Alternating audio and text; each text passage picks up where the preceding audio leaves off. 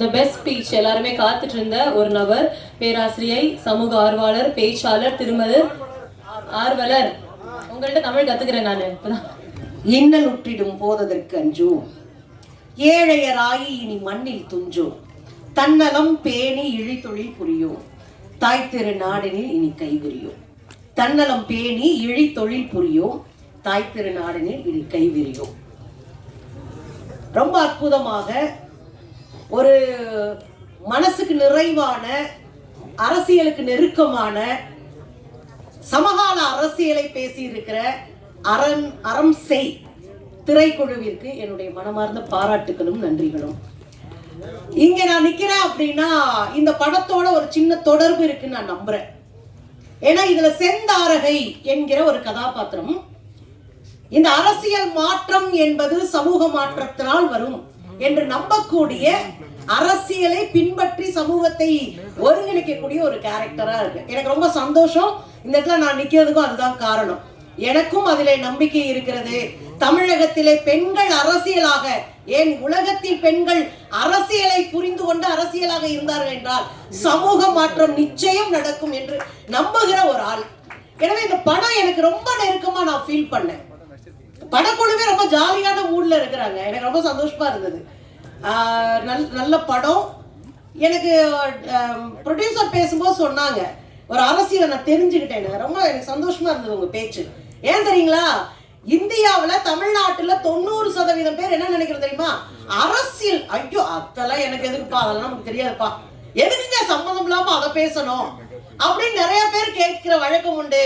நான் சொல்றேன், அரசியல் இல்லாம ஒரு தனி மனிதனுடைய வாழ்க்கையே கிடையாது. என் தட்டுல என்ன சோறு இருக்கணும் தீர்மானிக்கிறது அரசியலாக மட்டும்தான் இருக்கு. நான் என்ன சாப்பிடணும், நான் என்ன உடுக்கணும், நான் என்ன பேசணும், நான் படிக்கணுமா, நான் வேலைக்கு போகணுமா, நான் என்ன செய்யணும் தீர்மானிக்க ஒரு அரசியல் இருக்குதுன்னா அதுல நம்ம பார்வையாளராக இருக்க போகிறோமா, பங்கேற்பாளராக இருக்க போகிறோமா, அதுதான் கேள்வி. இந்த படம் அதைத்தான் நான் கேட்கறதா புரிஞ்சுக்கிறேன். இந்த காட்டின காட்சிகள் அதைத்தான் டைரக்டர்லாம் ரொம்ப பயந்துட வேண்டாம். இது தமிழ்நாடு, இங்க அரசியல் எடுபடும். அரசியல் பேசுற அத்தனை பேருக்கும் எல்லாரும் கொண்டாடி தீர்ப்பாங்க. சமகால அரசியலை பேசணும். ஒரு கலைஞனுக்கும் படைப்பாளிக்கும் முக்கியமான பொறுப்பு என்ன தெரியுங்களா, ஒரு படைப்பாளி அரசியலை பேசணும். அது அவருடைய கடமை நான் நினைக்கிறேன். ஏன்னா இது காலங்காலமாக இந்த நாட்டினுடைய விடுதலைக்காக போராடி கொண்டிருந்த போது நாடகத்துல வந்த முருகன் அரசியல் பேசினார். முருகன் அரசியல் பேசினார். வள்ளி திருமண நாடகம் நடக்கும், ஆனா முருகன் அரசியல் பேசினாரு. வெளிநாட்டுக்காரர்களை பார்த்து கேள்வி கேட்டாரு, வெள்ள வெள்ள கொக்கே, வெள்ளாட்டம் கொக்கே, தேம்ஸ் நதி கொக்கேன்னு கேட்டாரு. அரசியல் பேசினாரு. விடுதலை கிடைச்சது. ஏன் கலைஞர்கள் அரசியல் பேசணும் நாங்களாம் எதிர்பார்க்கிறோம் அப்படின்னா, நான் 18 வயசுல மாணவர் சங்கத்துல அரசியல்ல உள்ள வந்தவன். மாணவர் சங்கத்தினுடைய தலைவரா நான் உள்ள வந்தேன். இன்னைக்கு வரையும் ஒரு இடதுசாரி கம்யூனிச இயக்கத்துக்குள்ள ஒரு சாதாரண தொண்டரா பயணம் பண்ணிக்கிட்டே இருக்கேன். அவ்வளோ அவமானங்கள், புறக்கணிப்புகள் தாண்டிதான் எல்லாருடைய பயணமுமே கூட. ஆனால் இந்த அரசியல் வாழ்க்கை ரொம்ப முக்கியமானது நான் புரிஞ்சுக்கிறேன். ஏன் சொல்றேன் அப்படின்னா, சப்தர்கஸ்மின்னு ஒருத்தர் நீங்க பார்த்திருப்பீங்க, கேள்விப்பட்டிருப்பீங்க. வீதி நாடக கலைஞன் சப்தர்கஸ்மி ஒரு பேராசிரியரும் கூட. டெல்லி மாநகர வீதியில வீதி நாடகத்தை போடுறாங்க. அன்னைக்கு ஆழக்கூடிய அங்க இருக்கிற அரசு அவரை அடிச்சு சாக்கடைக்குள்ள தூக்கி போடுறாங்க. அவர் இறந்து போயிடுறார். பேர் சப்தர்கஸ்மி. அவர் போட்ட நாடகத்தினுடைய பெயர் ஹல்லா போல், உறக்க சொல் என்கிற நாடகம். செத்துட்டாரு. ஒரு வாரம் ஆகுது. அதே இடத்துல அவருடைய இணையர் மனைவி மாலாஸ்ரீ அந்த நாடகத்தை போடுகிறார். ஒருத்தரும் நடிக்க வரல, பயந்தாங்க. ஆனா அந்த அம்மா விடல. என்னுடைய கடமை இந்த நாட்டிற்கு அரசியலை சொல்லுவது என்று 4 பொம்மைகளை நடுவீதியில் நிறுத்தி ஒற்றை பெண்ணாக நின்று மாலாஸ்ரீ அதிகாரத்திற்கு எதிராக உரக்க குரல் கொடுத்தார் என்பது வரலாறு. சோ கலைஞர்கள் அரசியல் பேசணுங்க. ஐ திங்க் இந்த படம் முழுக்க முழுக்க சமகால அரசியலை பேசுது. எனக்கு ரொம்ப சந்தோஷமா இருந்தது. சமகால அரசியலை நாங்க தான் கட்டிட்டு இருக்கோம்னா 1000 மேடைகளில் பேசுவதை விட ஒரு படம் போதுங்க, அருமையா போய் மக்களுக்கு மத்தியில கொண்டு போய் நிற்கும். நீங்க ஜெய்பீம்னு ஒரு படம் காமிச்சாங்கல்ல, பழங்குடி மக்களின் மீது சாதிய ரீதியாக அதிகாரம் எவ்வளவு வன்முறைகளை செய்கிறது என்று நம்ம பார்த்தோம். அந்த படத்தை பார்த்து சீனாக்கார அழுதான். ஏன் தெரியுங்களா, அந்த படமும் அரசியல் பேசியது. அரசியல் பேசுகிற படங்கள் ஒரு மிக முக்கியமான இடத்தை, வரலாற்று சிறப்புமிக்க இடத்தை பிடிக்கும் என்று நான் நினைக்கிறேன். இந்த பாடல்கள் குறித்து எனக்கு வேறுபாடு உண்டு. அந்த பாட்டெல்லாம் எங்க தோழர் சேப்பாருன்னு யோசிச்சுட்டே இருந்தேன். அதுதான் ஜாகுவார் தங்க அண்ணாட்ட கேட்டேன், இந்த பாட்டெல்லாம் எந்த இடத்துல சேப்பா. படம் சீரியஸா இருக்கு, படம் அவ்வளோ அழகா போகுது. அதில் எனக்கு ரொம்ப பிடிச்சத டைரக்டர்கிட்ட சொல்லிடுறேன். நீங்க தானே கதை வசனம்லாம் எழுதுனீங்க. உடனே ஆயுத புரட்சி செய்வோம், நாங்களும் அப்படி நம்பிதான் உள்ள வந்தோம். படிக்கிற காலத்துல புரட்சியெல்லாம் வரும்னு நம்பினால நான் ஒரு ஆள். அதுக்கப்புறம் தான் அதுக்கு இந்தியாவுக்குள்ள ஏற்பாடே கிடையாதுன்றது புரிஞ்சிச்சு. ஆக நீங்க பாத்தீங்கன்னா ரொம்ப அழகா வசனமா வச்சிருந்தாரு. ஆயுத புரட்சின்ற பேரெல்லாம் ஜனநாயக நாட்டுல செல்லுபடியாகுங்க. இங்க மக்களை திரட்டி அதிகாரத்திற்கு எதிராக ஒருங்கிணைந்தா மட்டும்தான் மாற்றம் வரும்.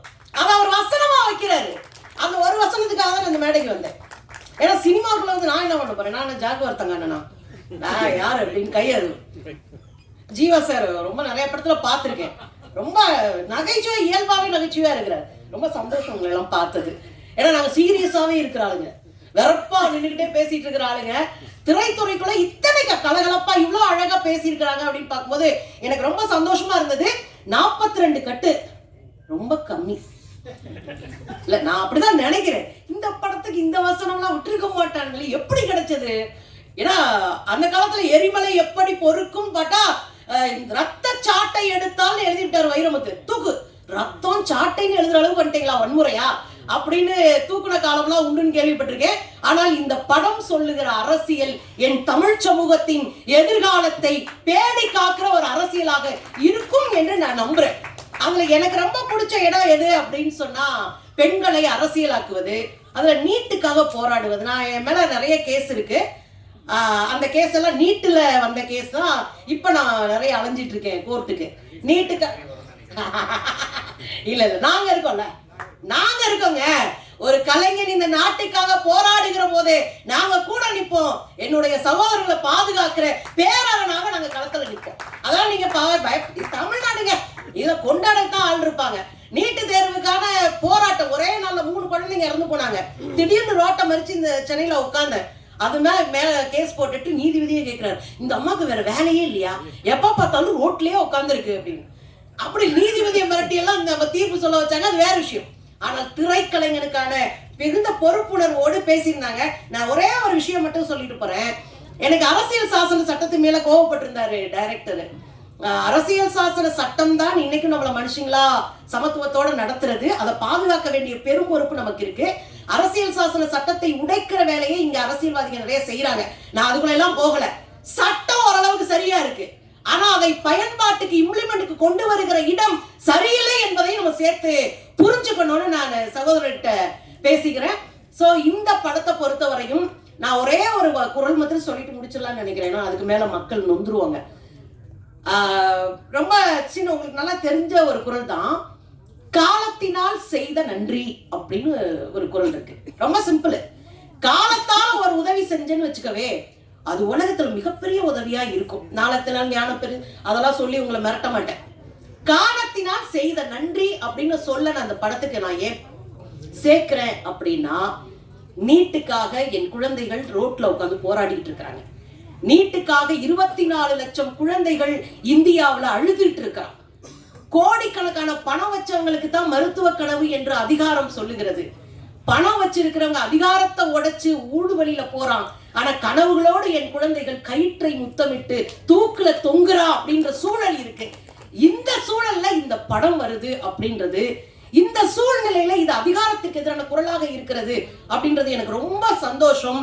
காலத்தினால் செய்த நன்றி இந்த படம் இந்த தமிழ் சமூகத்திற்கு காலத்தினால் செய்கிற மிகப்பெரிய உதவியாக இருக்கும் என்று நம்புகிறேன். இந்த படத்தை எடுத்திருக்கிற அத்தனை படக்குழுவினருக்கும் அன்பு தோழருக்கும் என்னுடைய பாராட்டுக்கள்.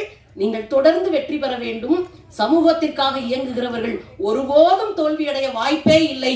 உங்கள் வெற்றிக்கான விழாவிலே நானும் உங்களை சந்திப்பேன். அதுவரை உங்கள் அத்தனை பேருக்கும் என்னுடைய வாழ்த்துக்கள். தொடரட்டும் உங்கள் வெற்றி. நன்றி, ரொம்ப அழகா பேசுனீங்க. ஸோ யாருக்காவது ஏதாவது கேள்வி இருக்கா கேட்கறதுக்கு? விழாவை முடிச்சிடலாமா? எஸ், ரொம்ப ரொம்ப நன்றி இன்னைக்கு வந்ததுக்கு.